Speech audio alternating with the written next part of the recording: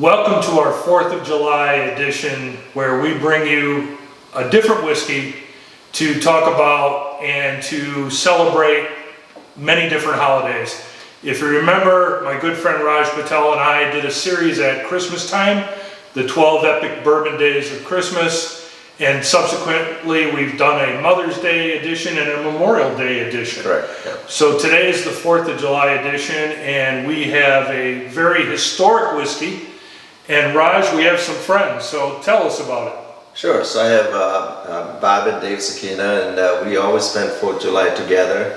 And I would say we probably started our bourbon journeys together many years ago. So we've been exploring different bourbons, and every 4th of July we come together, we do fireworks, we do, actually tomorrow we're going to do some steaks. And so Bob and Dave are here for getting stuff ready for us, and we thought it'd be great to invite them to the 4th of July edition of this series. It's perfect because the 4th of July is all about getting together and having friends over and celebrating, right? Exactly. So a little bit about the George Washington whiskey we have is Raj was able to pick this up at Mount Vernon, where they have now rebuilt George Washington's distillery that was on his Mount Vernon property or near his Mount Vernon property. A little bit about the history is George Washington obviously was, the commanding general of the Revolutionary War. He was our first president, but more importantly, he was also a plantation owner. He was a businessman. And when he retired from the White House, he went back to Mount Vernon, his plantation, and he was primarily a farmer, but he also had, at the time, a very important grist mill in the area. So not only did he mill his own grains, but he could do it for other farmers, and it became a very good venture. He then hired a gentleman from Scotland by the name of John Anderson, who was his plantation manager, and he talked George Washington into distilling because they had a ready water source, they had a grist mill, they had a large yield of crops. The distillery became so successful that they immediately expanded it and made it larger. So rye whiskey was their primary product. However, they did make some brandies. Interestingly enough, they made a persimmon brandy, which I'm not sure that you find that today, but were they selling that there by any chance? They were actually selling 3 different kinds. I don't remember if that was one of them, but then, there was also back in the day, if you could talk about the whiskey was more clear, they had the clear one too. Yes. So this is really unusual because in George Washington's day, all the whiskey would have been clear, or it would not have been as dark as this, because literally they took the distilled spirit, put it in a barrel, and sold the barrel. Aging was not part of the process back then, and if you think of the, that period of time, the 18th century, bottles weren't involved. Basically it was get the product out there and use it for barter or to make money, one or the other. Absolutely. I'm going to start pouring this a little, and my friend here, Bob, has a great sense of smell and taste, so I'm curious to hear from him the notes that he gets out of this. One thing that I found was very, very interesting is the whiskey sales at the modern day Mount Vernon distillery actually do a lot of support for the distillery. It's how they keep Mount Vernon going. It's not the only way, but it's a very profitable segment in today's world.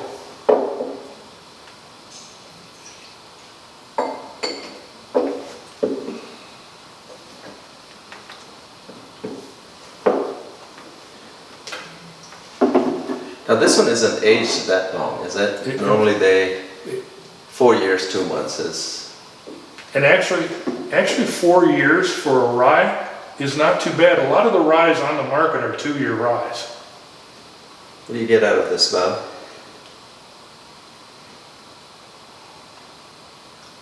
I'm getting more of a woody. Yeah, I'm getting some vanilla in there. I'm getting the fruit. I can't quite put my tongue on it. There's definitely fruit. Apricot? There's some smokiness to it too, isn't it? It does, and definitely, you know, that spicy note, that rye Yeah. spicy note. I'm not getting the usual caramel or Not butterscotch, the sweetness that you get from a bourbon. When you try it, it's very different from a typical rye whiskey that we see out of Kentucky. There's, if you think about it, there's actually kind of a floral to it, almost like fresh cut hay, kind of, not so much on the palate, but a little bit on the nose. But I'm really surprised it actually is better than I anticipated. Yeah. You know, I wonder, you know, when you look at the more commercial distilleries, the oak is very important. And I'm curious if they're not getting the oak. Again, this is a charity-run organization that runs the whole estate, maintains, restored it. But I wonder if their oak is a little bit different, not the same quality as a distillery oak, but it's still good. The flavors aren't completely there for a rye whiskey. I think that's a good point, Raj. I think I kind of pick up a woodiness there, but it's not an oak woodiness. Right. It does taste a little different. Right. So keep in mind, they did bring in Master Distiller Dave Pickrell to help them when they were trying to authenticate George Washington's recipes. And this is more of an old recipe, so it probably is a little bit more on the spicy side and not designed to be as sweet. Keep in mind, gentlemen, that whiskey back in those days was an antiseptic, it was an anesthetic, it was a lot of things, and it usually didn't taste very good. So this is a modern version that probably tastes much better than the authentic product back in the day. That's right. Yeah. Yeah, I think that's a good point, Don. And I think maybe the less content of corn is the lack of sweetness that we're typically used to. Right.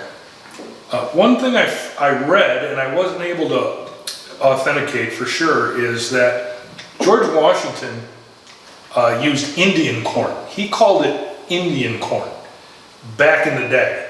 And I didn't see whether they were experimenting with different varieties of corn when they were putting this together. I couldn't verify that.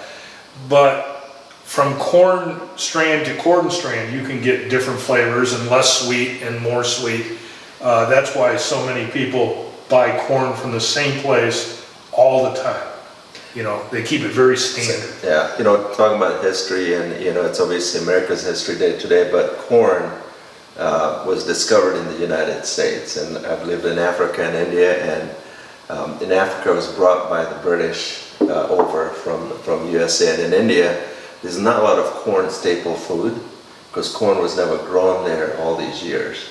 They grow it now, but it's interesting that the American Indians had been growing corn, and the history of corn obviously goes along with the history of bourbon. Without corn, there'd be no bourbon today, or it might be a different kind of bourbon. Correct. And we're all bourbon guys, so the history went, when America was founded, there was a lot of rum, and then there was rye whiskey. Rye was the predominant grain grown on the East Coast, and as the settlers moved towards Kentucky, they found that corn was much easier to grow, more plentiful, more bountiful. Right. And so that is kind of where it radiated into the corn favor of bourbon. And I think it tastes a little bit better. I mean, I love rye bourbon, but for the general public, the regular corn-based bourbon is a little bit more palatable. The other point earlier we were talking about is this is 86 proof. Back in the day, the proof was under 90, so that impacts the flavor too. It's not as harsh as if it was over 90 proof. Yeah. So all in all, Raj, I'm really glad you bought that bottle. It's a part of American history, even though it's modernized a little bit. But it's really a great keepsake, and anything to do with history you and I both enjoy. And going back and looking at the authentic ways they made things. And I love the fact that as soon as you realize that they would put this in a barrel or a keg or a cask and they would sell it to somebody, there was really no branding. So by the time it got to maybe the third purchaser, there was no branding. They might not have even known where it came from. Branding came later, but Washington was such an important distiller in the area that probably most of the surrounding people all were drinking his whiskey. Right. And actually, at his time, the bottled whiskey wasn't even there because it was George Foreman.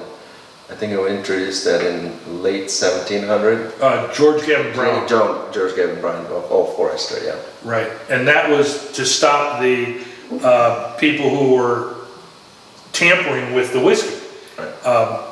And back then, there's a good chance that George Washington sold a keg or a cask of whiskey, and then the middleman took the best stuff off and added water to it before he sold it down the road.